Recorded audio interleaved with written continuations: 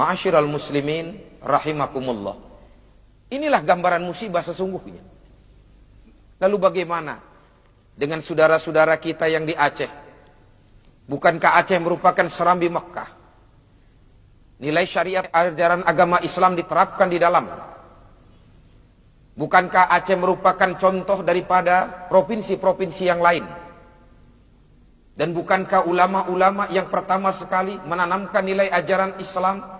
Di antara para ulama-ulama yang membawa Islam, di antaranya ada ulama yang berada di serambi Mekah.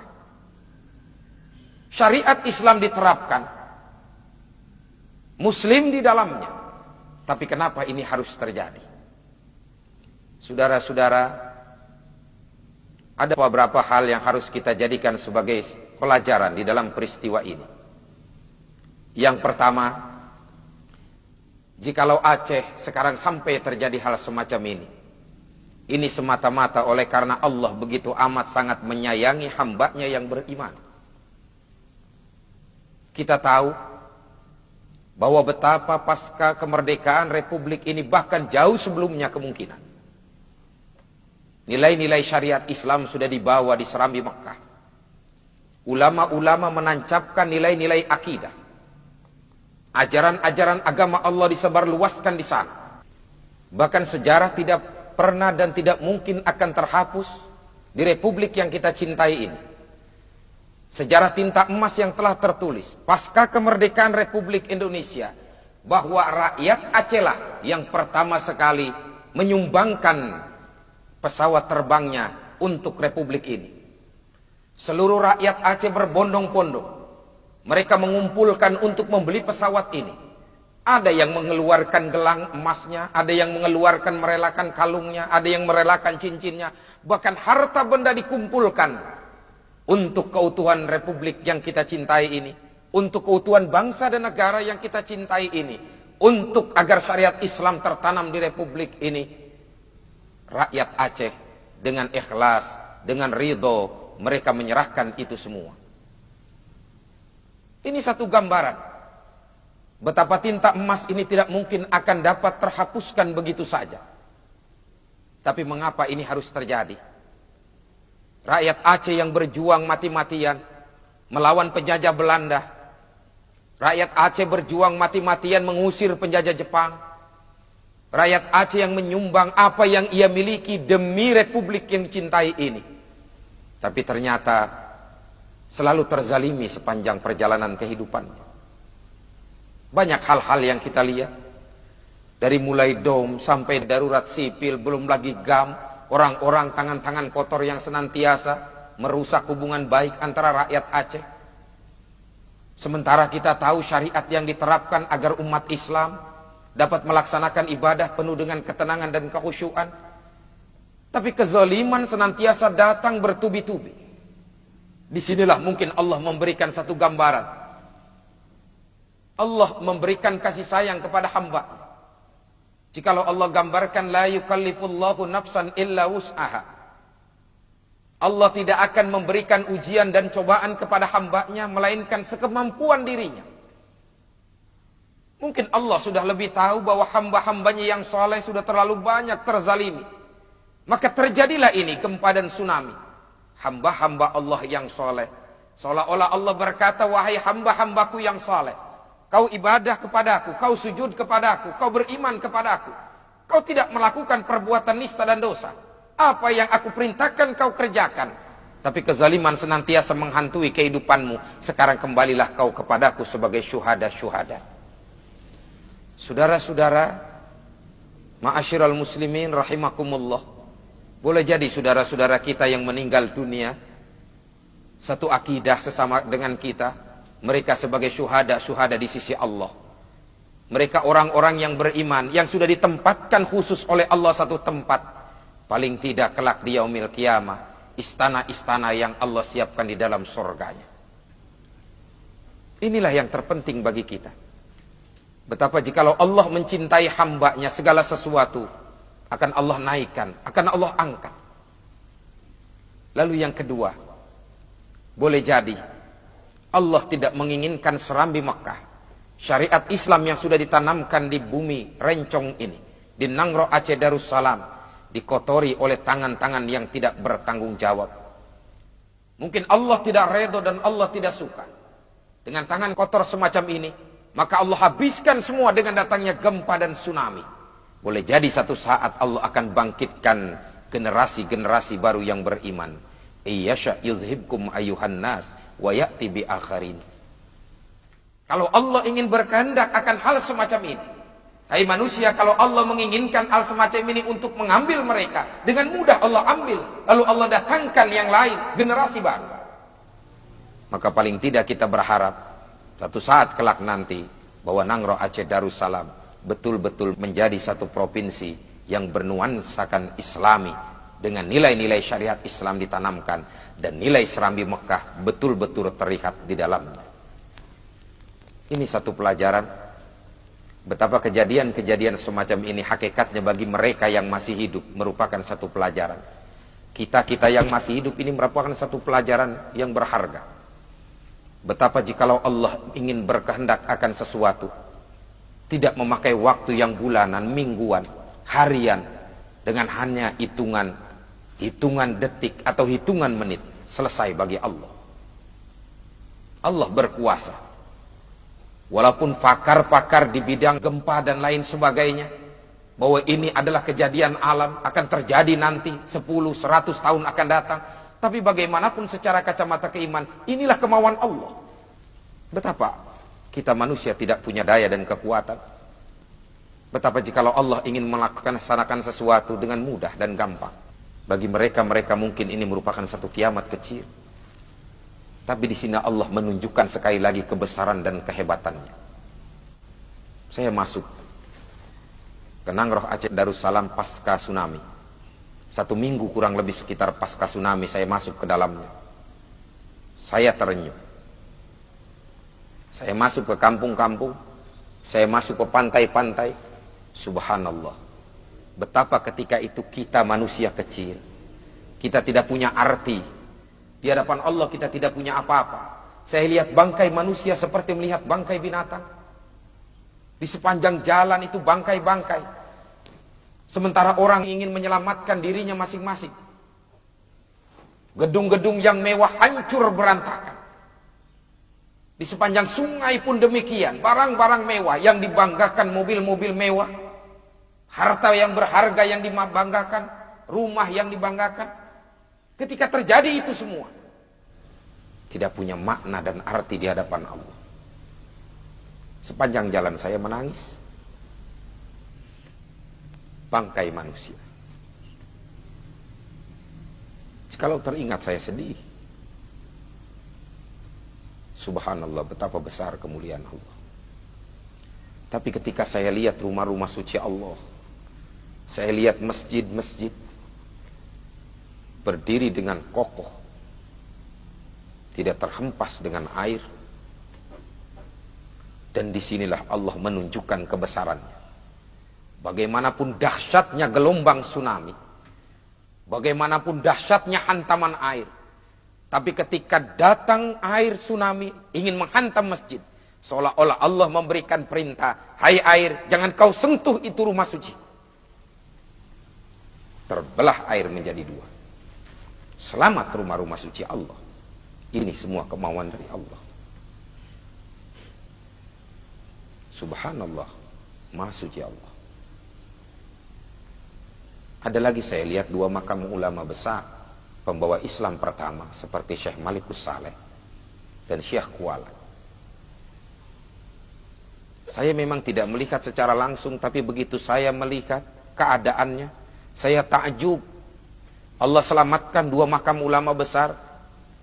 Dan ketika saya ingin tahu kenapa bisa selamat, saksi hidup pun bertemu dengan saya. Betapa makam Syekh Malikus Saleh, ketika datang gempa banyak orang berkerumung di dalamnya.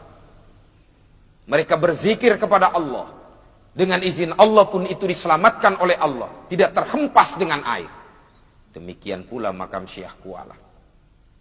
Ini artinya apa? Seolah-olah Allah memberikan gambaran kepada manusia, hai manusia, jikalau kau ingin selamat hidup di dunia dan di akhirat, pertama dengarkan para ulama dan para kiai, ikuti mereka. Mereka warasatul anbiya, Ikuti ajaran Quran, apa yang disampaikan menurut syariat ajaran agama. Yang kedua, hai manusia, jikalau kau ingin selamat hidup dunia akhirat, jangan kau jauh dari rumahku, sujud kepadaku. Kamu tidak punya apa-apa di hadapanku. Seolah-olah Allah memberikan satu gambaran betapa kau lihat ini keadaan Aceh. Bangunan semua terhempas rata menjadi tanah. Kau lihat bagaimana tanah yang ada menjadi rata, semuanya diratakan oleh Allah. Tapi kau lihat itu rumah suciku berdiri dengan gagah dan kokohnya. Artinya apa? Kau harus banyak sujud kepadaku dalam hidup. Introspeksi diri. Ma'asyiral muslimin rahimakumullah. Ini baru kiamat sughra. Saya tidak pernah membayangkan manakala kiamat kubra datang. Jikalau Allah sudah menggambarkan, idza zulzilatil ardu zilzalaha wa akhrajatil ardu athqalaha wa qalal insanu ma laha yauma idzin tuhaddisu akhbaraha, sampai akhir ayat. Saya tidak bisa membayangkan jikalau ini betul terjadi. Idza zulzilatil ardu zilzalaha, manakala bumi ini digoncangkan oleh Allah dengan goncangan yang amat sangat dahsyat. Wa akhrajatil ardu athqalaha, Allah keluarkan apa yang ada di dalam bumi. Subhanallah, jikalau gunung-gunung sudah Allah hancurkan, yang di dalam bumi sudah Allah bangkitkan, air laut sudah naik semuanya, mau kemana kita pada saat itu? Gelombang tsunami sesuatu peristiwa yang kecil di hadapan Allah. Tapi kiamat kubra jikalau datang, ini akan menyebabkan manusia ketika itu tidak punya arah dan tujuan. Jangankan kiamat kubra, kejadian di Aceh begitu amat sangat menyentuh batin kita. Ketika terjadi gelombang tsunami, orang sudah berlari ke sana kemari. Ayah sudah tidak lagi menghiraukan anak, anak tidak lagi menghiraukan ayah, ibu tidak tahu mana anaknya, anak tidak tahu mana ibunya. Mereka saling menyelamatkan diri masing-masing, seolah-olah kiamat tiba, padahal itu cuma sekedar ujian dari Allah. Subhanallah. Orang sudah tidak lagi memperhatikan harta bendanya. Orang sudah tidak lagi membanggakan apa yang dia miliki, ditinggalkan semua. Disitulah kenyataannya bahwa kita hidup tidak punya apa-apa di hadapan Allah. Apa yang harus kita banggakan? Saudara-saudara, ma'asyiral muslimin rahimakumullah.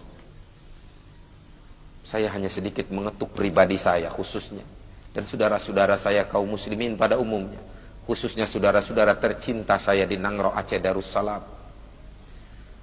Jikalau musibah ini merupakan ujian, sabarlah. Sesungguhnya Allah akan memberikan yang lebih baik dari apa yang telah kita tinggalkan.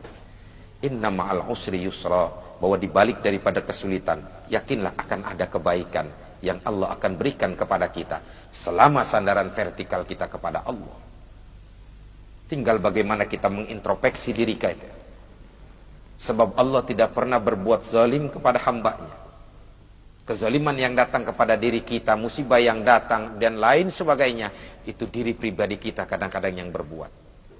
Ma asaba min hasanatin faminallah wa ma asabaka min sayyi'atin famin nafsik. Kepada saudara-saudaraku yang masih hidup di Aceh, mari kita kembali kepada Allah dengan introspeksi diri kita.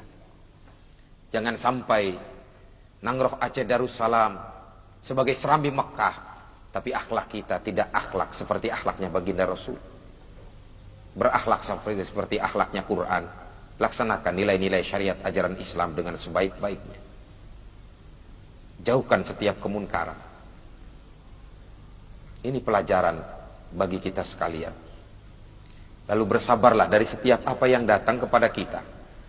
Karena yakinlah sekali lagi, sesungguhnya dengan kesabaran akan Allah buka satu jalan, satu pintu yang akan membawa kebaikan dan kebajikan. Dan kepada saudara-saudaraku yang di Aceh, sekali lagi saya berharap, siapapun saudara-saudaraku, apapun status saudara-saudaraku, mari kita jadikan Aceh sebagai serambi Mekah. Kita jalin ukhuwah Islamiyah. Jangan lagi ada pertumpahan darah di tengah-tengah tanah rencong yang kita cintai. Yang sudah biarlah berlalu. Yang sudah lupakanlah itu semua. Itu semua adalah kemauan Allah. Sekarang Allah menginginkan kita bersatu. Saya berharap saudara-saudara saya bersatulah. Dimanapun kita adanya. Sekali lagi yang sudah tinggalkanlah. Kita mulai buka layar baru. Kita tutup layar hitam, kita buka layar putih, menyongsong masa depan yang diridhoi Allah Subhanahu wa taala. Kepada pemerintah saya juga berharap bahwa rakyat Aceh membutuhkan banyak pertolongan bagi kita. Dan saya yakin bahwa rakyat Indonesia mampu membantu rakyat Aceh. Walaupun dari luar pun membantu, tapi saya yakin rakyat Indonesia, umat Islam pada khususnya, masih dapat membantu rakyat Aceh, saudara-saudara muslimnya yang berada di sana. Dengan nilai kesatuan dan persatuan. Dengan i'tikad baik, sama-sama saling membantu. Insya Allah keikhlasan akan membawa satu jalan keluar terbaik. Dan Allah akan tahu segala apa yang kita lakukan. Kita berharap kepada Allah, mudah-mudahan Allah senantiasa menjaga bangsa dan negara kita ini dengan sebaik-baiknya. Semoga Allah Subhanahu wa taala mengampuni saudara-saudara kita, mereka yang telah mendahului kita. Mudah-mudahan mereka sebagai syuhada di sisimu ya Allah. Jikalau dosa pernah mereka lakukan, ampunilah dosa dan kesalahan mereka ya Allah. Jikalau kami yang melakukan perbuatan dosa ya Allah, ampunilah sebab ampunanmu begitu amat sangat besar ya Allah. Ya Allah ya Rabb, jadikanlah bangsa dan negara ini adalah bangsa dan negara yang senantiasa sujud kepadamu rakyatnya. Amankan kami ya Allah dari berbagai macam malapetaka. Jangan kau uji kami ya Allah dengan ujian yang kami tidak mampu. Jangan kau jadikan hambamu ini ya Allah sebagai hambamu yang tidak mensyukuri segala apa yang kau berikan darimu ya Allah. Terimalah segala amal kebajikan kami ya Allah. Tunjukkan kami jalan yang lurus ya Allah. Terima segala amal ibadah kami ya Allah. Jikalau satu saat kau matikan kami dalam keadaan husnul khatimah. Ampunkan dosa dan kesalahan kami. Dan kumpulkan kami, keluarga kami, saudara-saudara kami di dalam surgamu ya Allah yang penuh dengan kenikmatan. Rabbana taqabbal minna du'ana innaka antas samiul alim. Wa tub alaina innaka antat tawwabur rahim. Rabbana atina fid dunya hasanah. Fil akhirati hasanah wa qina adzabannar. Ibadallah,